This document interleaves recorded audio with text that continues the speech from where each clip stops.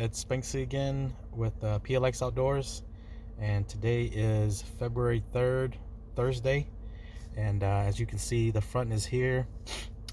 Lots of snow. We've got about 5 inches so far, showing 17 degrees, but it feels like 2 degrees with the north wind blowing, and still more snow all through today and through tomorrow morning. So we're at about 5 inches right now. We might end up with at least maybe close to 10, roughly, maybe up to 12 inches. So just wanted to give you guys a quick video. And today, episode 15 is about my favorite trees to climb and be in the stand. But I'll also show you guys different trees that I feel have done the best for myself, and also just wanted to share some of the better trees with you guys that I think are good for saddles and tree stands, and for hanging huts. And also you guys can do that with your permanent stands, ladder stands, and all that. So just want to give you guys a quick video. Hope you guys can use these tips for the future, and also when you're looking for your next tree in the woods. So my favorite tree would have to be probably about a little bit bigger than basketball size. Any tree that you can wrap your arms around comfortably and your fingers can touch, that's probably, for me, that's the I've seen that's the best size tree to climb, just because it's not too small, but they're not too big either. If you get too big, it's a little bit tricky to climb. You'll need your lineman's rope for sure to help you unhook and hook on and stay connected to the tree at all times. So I feel like with the trees that are just about basketball size, or trees that you can comfortably wrap your hands around and have your fingers touch, then you can climb up efficiently, quickly, but also safely, and you don't have to use your lineman's rope.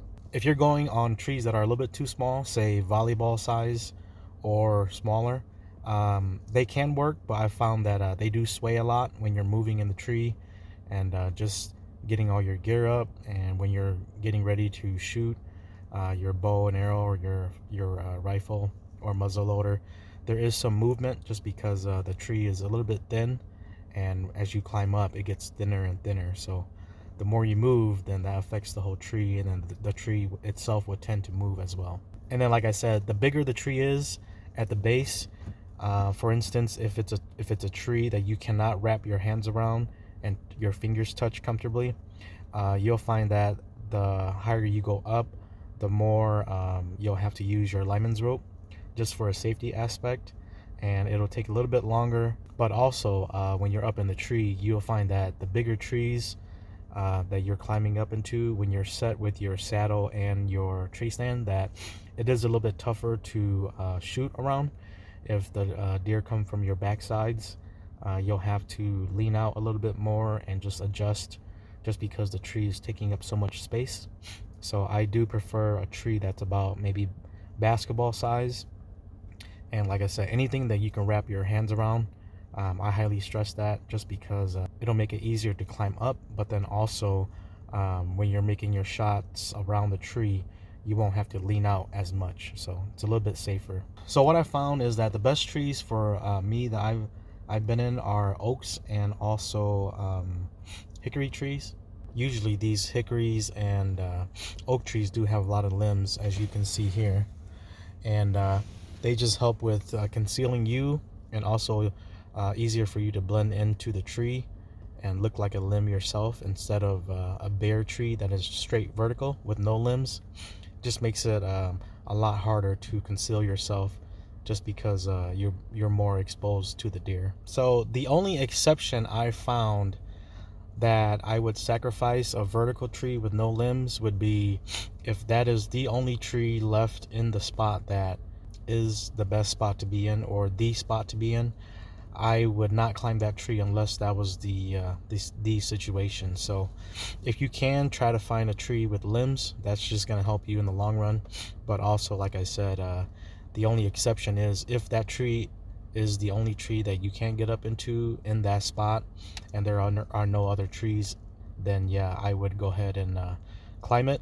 I'd go ahead and get in it. But if you can find other trees that have limbs in it, that have decent windows to shoot through, then I would rather be in a tree with limbs. But worst come to worst, out in the woods, we know that nothing's for sure and nothing is guaranteed. So we have to work with what we have. And like I said, if it is a tree that is bare and it's in the spot, then I would be one to climb that tree as well. You might just have to go a little bit higher to get out of the deer's field of view, but I think that's okay.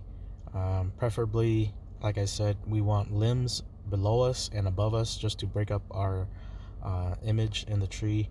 So here I'll go through a few trees I think which are best, mediocre, and then worst, meaning that my first options, second, and then third, unless you really have to and that's the only tree in your kill spot, I wouldn't go ahead and climb it. But if that was your last resort and you had to, then you know what, you gotta do what you gotta do. So hopefully this will help you guys out a little bit.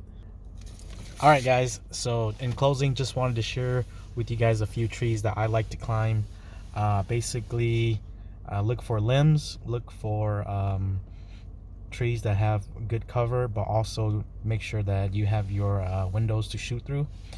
It is quite a struggle to find the right tree in the right area. So like I said, worst come to worst, if it's the only tree that you have and your only option, then you'll just have to move slow, be careful, and work with what you have, whether that means sitting in a tall vertical tree with no cover or a smaller tree that does have cover. Like I said, I would be one of the first guys to do that.